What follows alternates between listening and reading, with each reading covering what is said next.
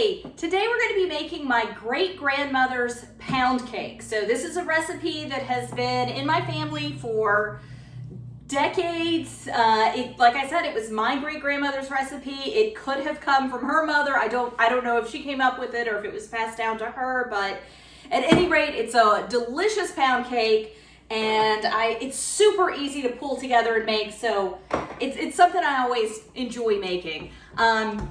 So I'm gonna get started. I'm using a stand mixer. You could use a hand mixer, but I have this, so it's just what I'm gonna be using. But we're gonna start by creaming together our fats and our sugar, okay? So this is a really large, I've already got a greased bundt pan, okay? This cake is huge. When it cooks, it's gonna actually kind of come up over the top of the bundt pan. So it's a really, really large cake. You could do a half recipe. We're gonna get, gosh, like 15, 16 slices out of this. And it's pound cake, so it is a dense cake. We're gonna start with 8 tablespoons of Crisco, or vegetable shortening, and 8 tablespoons of butter. So over the years, this recipe has been changed and modified by the many people that it's been passed down to.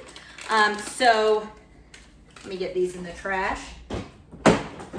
One modification that I've got in a family cookbook I'm looking at over here was one of my aunts says that butter makes this cake moister with a smoother crust.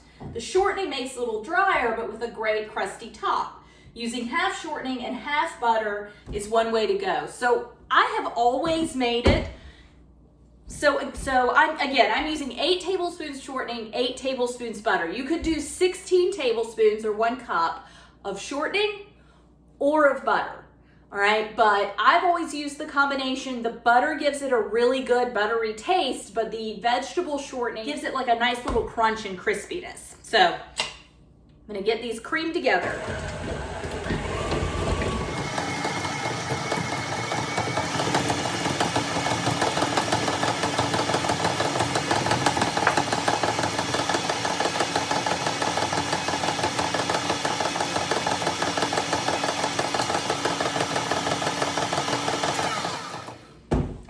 So they're pretty homogeneous. I'm gonna give them another whirl, but I wanna scrape my sides down, sides of my bowl down, scrape the beater off.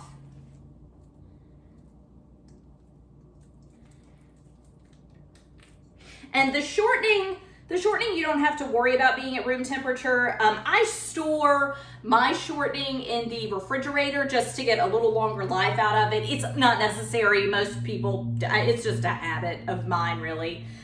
Most folks do not store shortening in the refrigerator. It is a shelf-stable item, just, like vegetable oil is. But I don't use it that often, so when I buy shortening, it will easily be around for like 2 years. So that's one reason that I store it in the refrigerator. I use it for pound cake and a couple of Christmas cookie recipes, but it's just not something I use very frequently.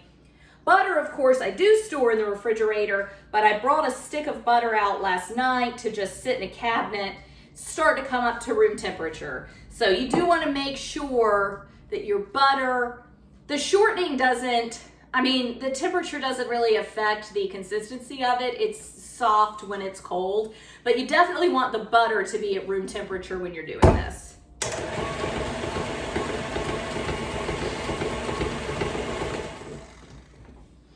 Okay, so these have come together nicely, so I am just gonna scrape this down, and I'm gonna start adding in my sugar.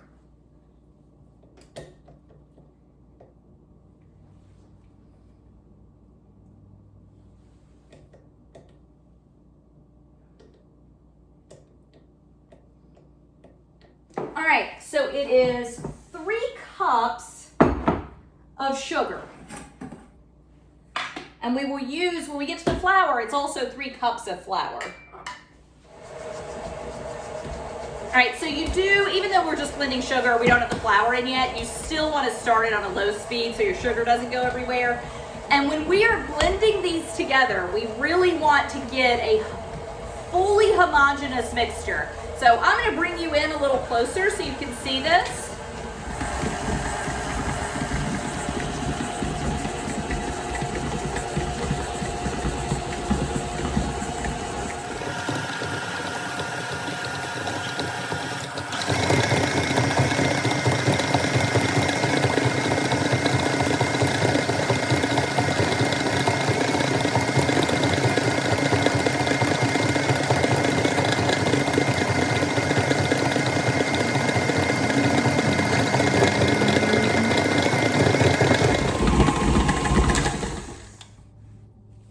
All right, that was pretty loud. I think something in my mixer might need to be tightened.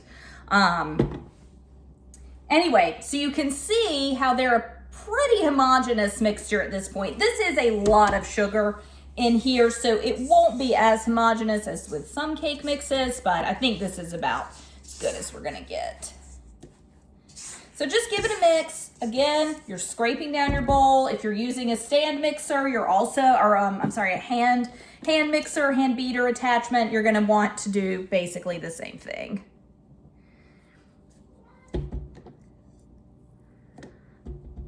Okay, so next we're gonna start adding in our eggs, and it calls for 6 eggs. So with that many eggs, I am going to crack each one individually just to make sure nothing's wrong. I've never had a bad egg, but I don't want to. Certainly don't want to throw a bad egg into your cake mix or get shell in it. If I were to crack these on the side of the bowl, there's 100% chance I'd break them. So I am just going to turn this on. So I know it's a little loud, so I won't talk while I'm doing it, but I am just going to crack the 6 eggs and add them in one by one. First thing though, I'm going to go ahead, just so I don't forget about them, I'm going to go ahead and add my salt, which is a 1/4 teaspoon. And we're just using all-purpose flour, so there's no salt in it. And then I am also going to use a full teaspoon of vanilla bean paste. And I'm used to using vanilla extract. I'm not as familiar with vanilla bean paste, so it might be a little more vanilla bean paste than I need, but I'll know when it's done, and next time I'll know to just dial it back a little. So get this going.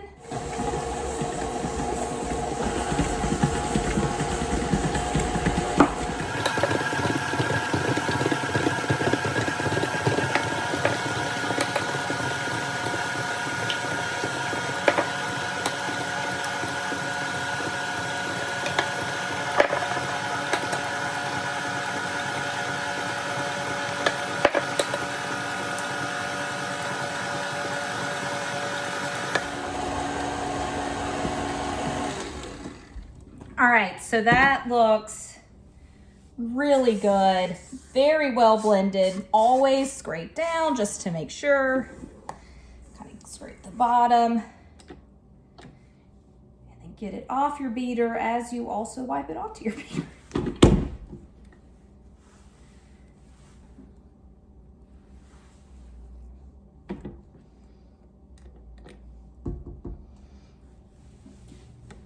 Okay, so we've been blending it a good bit, and up until this point, that's fine, not a problem to blend it, but we're about to start adding the flour.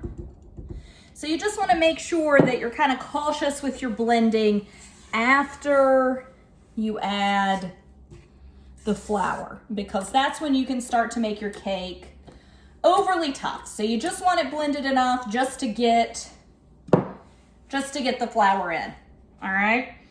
So I'm doing 3 cups of flour and 1 cup of cream. So this is kind of a variation that I made. The original recipe, my great-grandmother's recipe, calls for evaporated milk, which at the time, when she would have been making this recipe, evaporated milk was just an easily attainable item. You could get it year-round. So it was just a shelf-stable item, meaning she could, as long as her chicken was laying eggs, she could make this cake. I have tried milk, half and half cream, evaporated milk. They're all good, cream is definitely the best one. So the original recipe was just a full can of evaporated milk, which volume-wise is a little less than the cream, but with the cream, I think with it just being thicker, you needed a little extra liquid. So I've played around with the recipe enough to know that 1 cup of cream is what I need. So I've already measured that out, and then I'm gonna start with flour and end with flour. So I've got a cup measure.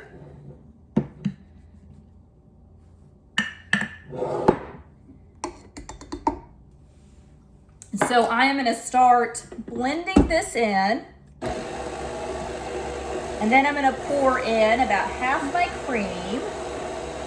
You wanna get it blended, but not completely. Start adding your cream. Usually when you're mixing the wet and dry, and I don't know the reason for this, but most recipes will tell you to start and end with your dry ingredient. So that's all blended up. So I am gonna stop this. Add my 2nd cup of flour. We'll start on low. Now you can turn it up a little.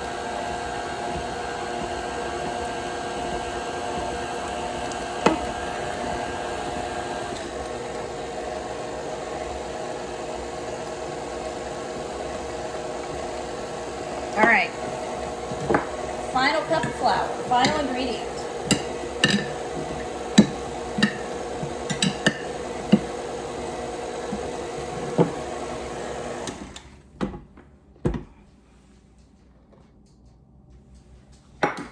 All right.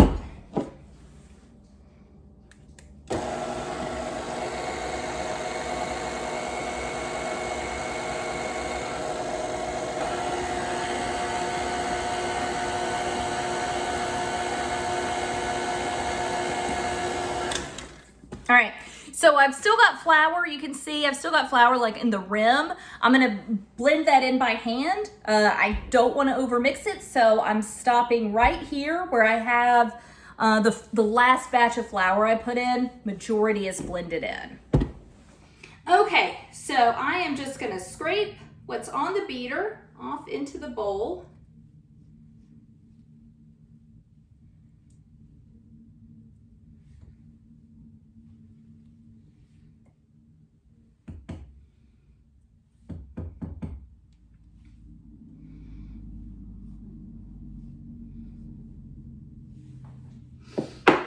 All right, so now I want to go around and get all the flour. I see there's a little cream too that didn't get blended in just up on that rim.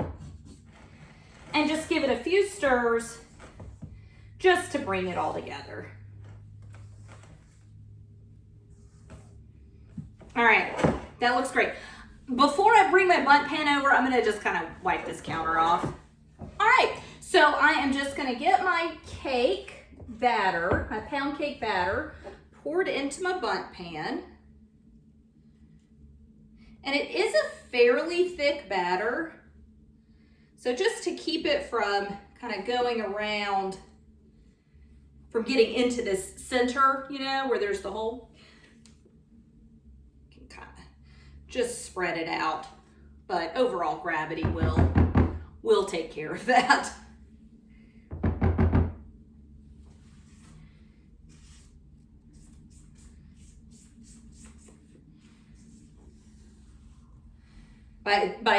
When I say gravity will take care of it, I mean gravity will even this out in the end. It's not gonna bake lopsided. As soon as all that fat, all that butter, and all that shortening starts warming up in the oven, this thing will level itself out. So don't worry, don't overly worry about getting it level in the bundt pan. You just don't want to get it down in the center hole. And once you've greased, and I use like a baker's joy, which is spray, like, you know, spray greaser, but it's got flour in it, like vegetable oil that you spray, but it's got, like I said, it's got some flour in it. Once you get it in the pan, you want to make sure that your spatula isn't touching the inside of the pan, because that will mess up your baker's joy. I'm going to get a little paper towel to just kind of clean my edges off.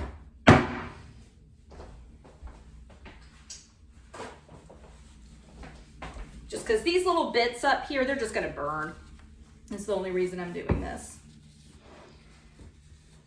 You'll never see it anyway, because remember, when we take this out of the oven, we're gonna flip it. So all of this, I mean, I'll probably smear it out a little to flatten it, just because that's what you do.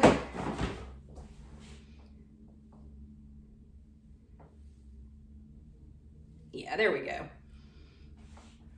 Like I said, it's going to take care of itself as far as flattening out, but just makes me feel a little better to do that.